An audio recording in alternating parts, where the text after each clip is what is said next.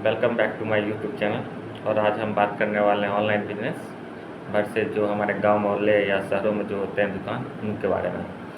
तो online business जैसे online जैसे हम मंगाते हैं घर में फ्लिपकार्ट, अमेजॉन, इंस्टामार्ट, स्विगी, खाना मंगाते हैं स्विगी और जोमेटो से। और इंस्टामार्ट से साग सब्जी फल वो तो पहले शहरों में होते थे, लेकिन अब गांव में भी होना शुरू हो गया। तो आज उसी के मतलब पक्ष और विपक्ष दोनों के बारे में बात करते हैं। पहले उसका प्रॉफिट क्या होता है, मतलब ऑनलाइन से हमें क्या प्रॉफिट है और ऑफलाइन से क्या प्रॉफिट है, और ऑनलाइन से क्या घाटा है, ऑफलाइन से क्या घाटा है। मेरे हिसाब से ऑफलाइन से तो कोई ज़्यादा घाटा है नहीं।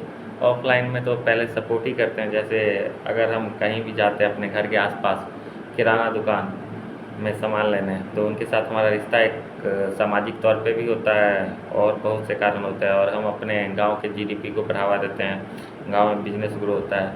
और अगर आप बहुत से आप ऐसे हो गए कि शहरों की अपेक्षा गांव में भी आदमी ऐसा करते हैं कि स्विगी से मंगा लिए खाना, जोमेटो से मंगा लिया। अभी राजनगर में, मधुबनी में तो आ गया है, राजनगर में आया नहीं है, लेकिन हाँ ऐसा होता है। बहुत से शहरों जगहों पे ऐसा ही होता है। आप अगर देखिएगा तो गांव में बहुत से आदमी से ज़्यादा वो फ्लिपकार्ट और अमेजॉन, स्विगी सबके डिलीवरी बॉय घूमते रहते हैं।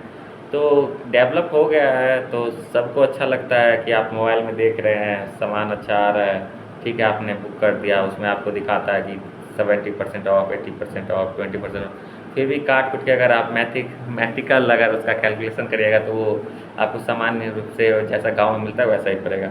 अगर आप आलू मंगाते हैं, चावल मंगाते हैं, दाल मंगाते हैं, तेल मंगाते हैं इंस्टामार्ट से, तो ठीक है वो आपके इच्छानुसार होता है। लेकिन गांव धीरे धीरे अगर ऐसा ही रहा तो 5-7 सालों में ऐसा हो जाएगा कि दुकान धीरे धीरे तो विलीन होते ही जा रहे हैं और धीरे धीरे विलीन हो जाए। क्योंकि सब अगर आप ऑनलाइन के थ्रू ही करिएगा तो फिर ऑफलाइन के लिए बचेगा क्या? गांव मोहल्ले में सामाजिकता कहाँ जाएगी गांव का? अगर आप ऐसा तो है नहीं कि आप इंस्टामार्ट से कर रहे हैं तो आपको, अगर बहुत से तरह ऐसा होता है कि बहुत से जगहों पे खाता भी चलता है गरीबी क्षेत्र, गरीब आदमी तो अभी भी जाके सामाजिक जगह पे ही लेते हैं, जैसे मतलब दुकान में ही लेते हैं। लेकिन मिडिल क्लास जो जिनके पास मोबाइल उपलब्ध हो गया वो ऑनलाइन ऑफ कर लेते हैं। उनको लगता है कि थोड़ा कूल लगने का, मतलब कूल दिखने का, हाँ, हमारा घर में तो ऑनलाइन से सामान आ रहा है। लेकिन उससे कुछ ज़्यादा प्रॉफिट होता नहीं, और शायद हो सकता है कि उसमें उसका डेट ऑफ मैन्युफैक्चरिंग चेंज कर दिया गया, एक्सपायर सामान का भी लेवल लगा के कर दिया गया। अगर आप ऑफलाइन में जैसे अगर आलू लेते हैं ऑफलाइन में, तो अगर वो ठीक है सर गया तो आप दुकानदार को बता भी सकते हैं, चेंज भी कर लेते हैं, वो सामने में लेते हैं। अगर आप बुक करते हैं उसके बाद अगर आपके पास आया तो वो कैसा फील होता है वो तो शायद जो लेने वाला वही जाने। चलिए कपड़ा में भी अच्छा है कि क्वालिटी थोड़ा मिल जाता है। जैसे लोग फ्लिपकार्ट से कपड़ा ऑर्डर करते हैं तो क्वालिटी मिल जाता है, प्रोडक्ट अच्छा होता है। लेकिन वो जब मोबाइल में आप देखिएगा वो प्रोडक्ट जो आपको डिलीवरी होता है उस प्रोडक्ट में ज़मीन और आसमान का अंतर पड़ जाता है। तो वो भी एक है जो इसका निगेटिव है। पॉजिटिव में आप ये है कि आपको बहुत तरह के प्रोडक्ट देखने को मिलते हैं उसमें, कि आप कलर भी बहुत तरह के चूज़ कर सकते हैं, स्टाइल भी बहुत तरह के चूज़ कर सकते हैं। अगर आप किसी सिंपल कपड़े दुकान पे जाएंगे तो वो जो बहुत से ज़्यादा कितना 4 या 5 तरह के ड्रेस रखते होंगे कि एक ही डिफरेंट डिफरेंट में उनका कलर अलग होगा। क्वालिटी तो चलिए क्वालिटी तो सेम ही होती है, मतलब थोड़ा प्रोडक्ट में होगा। लेकिन आप अगर फ्लिपकार्ट करिएगा तो अगर कुछ भी डालिएगा तो उसका 100 आता है, तो वो थोड़ा आदमी को चूज करने में ज़्यादा अच्छा लगता है। बट उसमें भी बहुत से ऐसा होता है कि डिफेक्टिव होते हैं प्रोडक्ट, और शायद आपको पैसा भी ज़्यादा लगता है ऑनलाइन।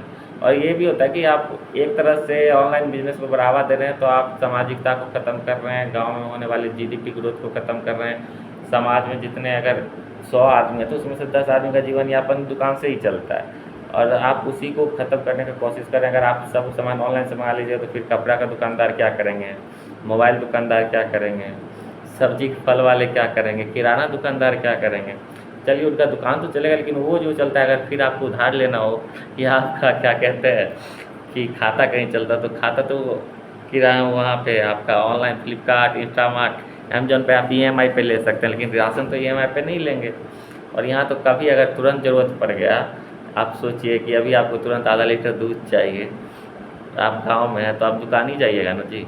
ये ऐसा तो है नहीं कि आप जाके सीधा इंस्टामार्ट पे ऑनलाइन बुक करिएगा तुरंत और 2 मिनट में आपको दूध आ गया, तो ऐसा होता नहीं है मेरे हिसाब से। या आदमी का सबका अपना अपना सोच होता है। मेरे हिसाब से ऑनलाइन से ज़्यादा ऑफलाइन अच्छा होता है। ऑनलाइन में कुछ चीज़ें अच्छी होती है, जैसे अगर आपको मोबाइल का कवर लेना है तो ऐसा होता है कि दुकान सब में बहुत जगह अवेलेबल नहीं होता है हर मोबाइल का कवर, नया मोबाइल लिया आपको कवर, तो उस सब का back cover, flip cover glass बहुत तरह का होता है ऐसा, और कुछ ऐसे प्रोडक्ट होते हैं जो नहीं ले सकते।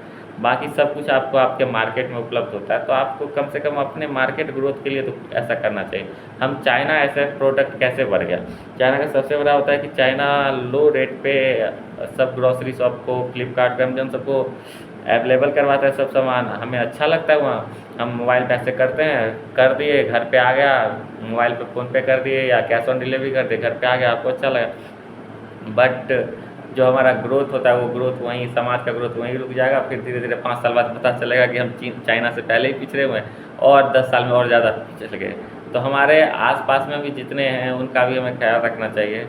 सबका अपना चॉइस होता है। जैसे आप जोमेटो से आप खाना मंगाते तो आप उससे अच्छा तो सीधा रेस्टोरेंट जाके खाना खाइए ना, या घर में बना के खाइए। अगर ऐसा ही अगर फूड चेन में ऑर्डर करने का, जोमेटो जो होता है वो तो अपना परसेंटेज निकाल के देता होगा, तो फिर वो परसेंट ऐड तो होता है ना कहीं।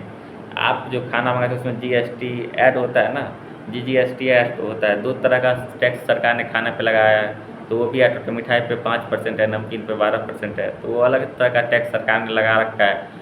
तो अगर आप वहाँ से नहीं लेते हैं जोमेटो से, शायद आपका टैक्स भी थोड़ा बच जाता है अगर आप सीधा शॉप पे जाकर लेते, क्योंकि वहाँ आपको बिल नहीं देता है। फिर अगर जोमेटो से लीजिएगा तो जोमेटो में वो पूरा टैक्स वैल्यू ऐड हो जाता है, या स्विगी से करिएगा तो उसका भी ऐड हो जाता है। अगर फ्लिपकार्ट से भी लीजिएगा तो वहाँ भी होता है। तो आप एक ऐसा भी अच्छा भी काम करते हैं कि देश के योगदान में भी आप अपना योगदान देते हैं अगर आप ऑनलाइन से लेते हैं।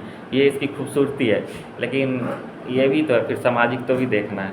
तो आप अपने हिसाब से निर्णय करिए, आप सबको जो अच्छा लगे उससे लीजिए। लेकिन मेरे हिसाब से थोड़ा सा सामाजिकता निभाने के लिए और समाज को एक साथ प्रगति करने के लिए ज़रूरी है कि हम ऑनलाइन से ज़्यादा ऑफलाइन पे डिपेंडेबल हो।